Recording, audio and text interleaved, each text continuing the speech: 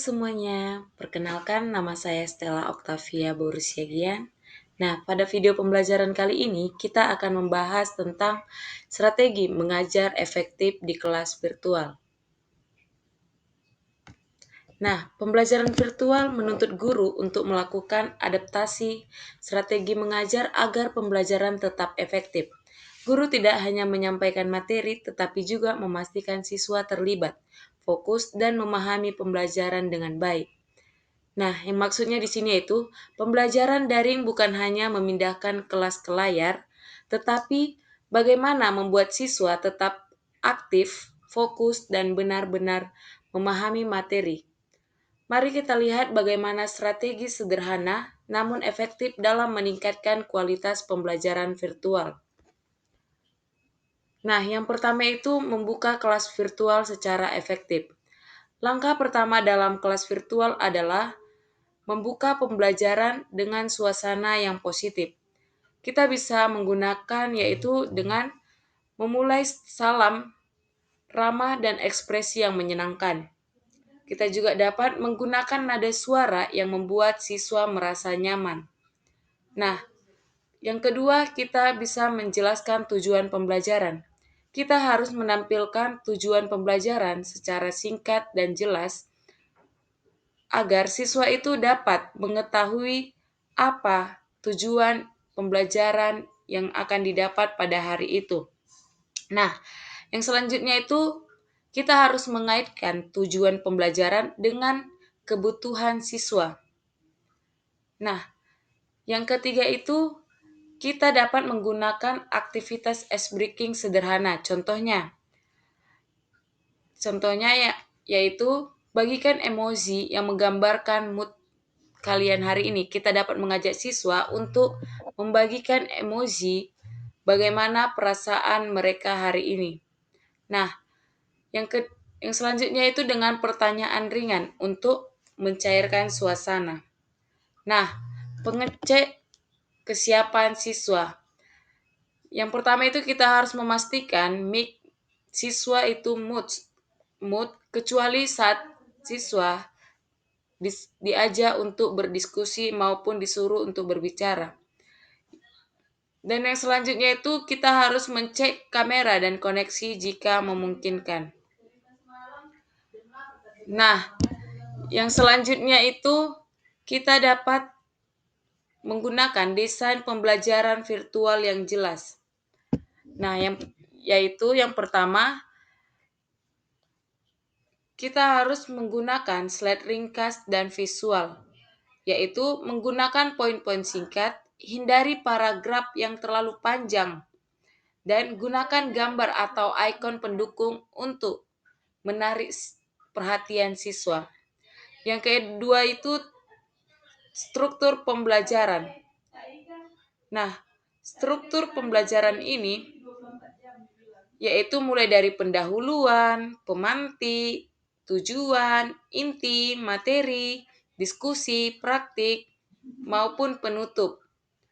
Nah, yang ketiga itu instruksi yang jelas. Kita harus memberikan petunjuk langkah demi langkah kepada para siswa.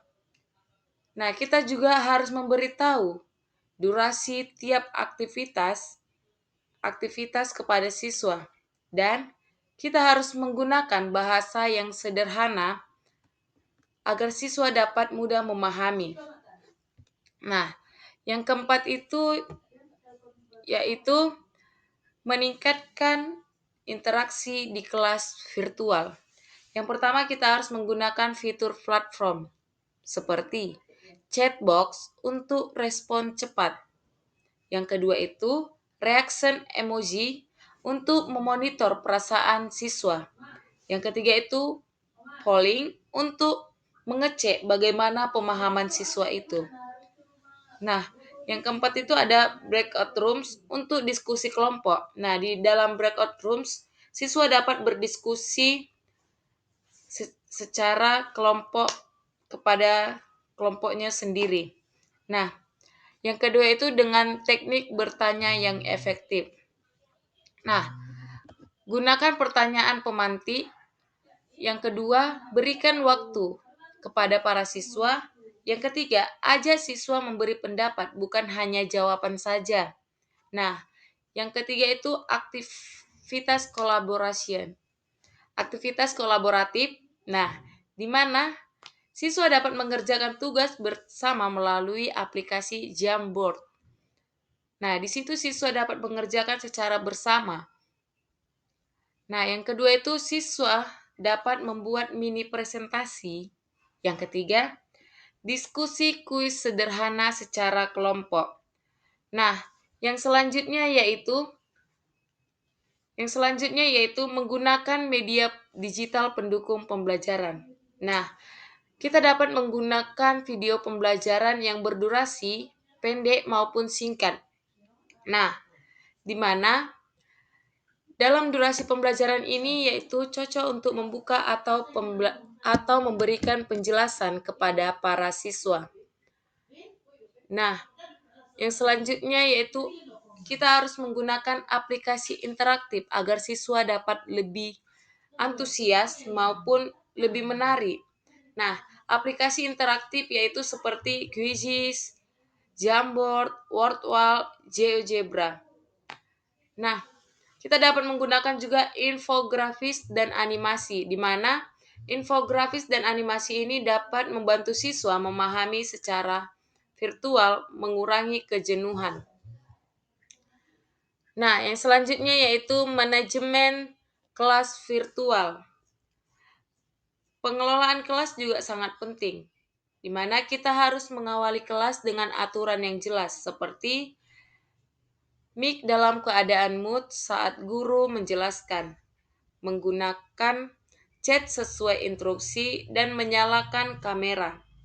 Nah, yang kedua itu mengatur waktu pembelajaran. Yaitu misalnya kita harus menggunakan durasi ideal yaitu 60-70 menit.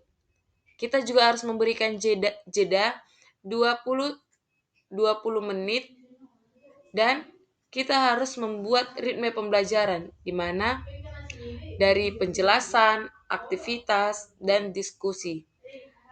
Yang ketiga itu kita harus mengantisipasi kendala teknis. Nah, kita harus menyiapkan materi PDF sebagai cadangan. Nah, kita juga harus menyediakan rekaman kepada siswa apabila ada kendala teknis. Yang selanjutnya itu penilaian dan umpan balik. Penilaian dalam kelas virtual harus dibuat sesederhana mungkin, tetapi tetap aktif. Nah, yang pertama itu ada penilaian formatif, di mana dalam penilaian formatif ini kita dapat menggunakan kuis singkat untuk mengecek pemahaman siswa di akhir pembelajaran, di mana kuisnya dapat berisi 3-5 soal. Nah, yang kedua itu ada penilaian sumatif. Penilaian sumatif ini termasuk dalam misalnya tugas proyek kecil, presentasi video singkat, maupun portofolio digital. Yang ketiga itu kita harus memberikan umpan balik konstruktif. Nah, di mana kita harus memberikan dalam waktu cepat. Kita juga harus menggunakan bahasa positif. Nah, berikan umpan balik juga secara cepat dan jelas, karena umpan balik mampu meningkatkan motivasi dan kualitas belajar siswa. Nah, untuk penutup dalam pembelajaran, kita harus menyimpulkan materi pembelajaran. Menyimpulkan materi pembelajaran yaitu misalnya, kita harus menyimpulkan 2-3 poin kunci dari pembelajaran yang dipelajari pada saat itu. Nah, yang kedua itu kita harus melakukan refleksi. Contoh pertanyaan refleksi misalnya, apa hal yang paling penting yang kamu pelajari hari ini? Nah, yang kedua, apa yang kamu masih bingungkan? Nah, selanjutnya kita harus memberikan penguatan motivasi, di mana kita harus memberikan apresiasi siswa yang aktif.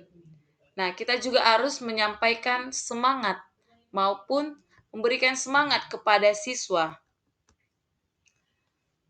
Nah, demikian strategi mengajar efektif di kelas virtual dengan pembukaan yang menarik, materi yang terstruktur, interaksi yang aktif, media digital yang tepat, manajemen manajemen kelas yang baik, serta penilaian yang efektif. Kelas virtual bisa menjadi pengalaman belajar yang menyenangkan dan bermakna. Terima kasih sudah menyaksikan video saya. Semoga strategi ini bermanfaat dan dapat diterapkan dalam proses pembelajaran Anda. Sampai jumpa dan sampai bertemu lagi. Terima kasih.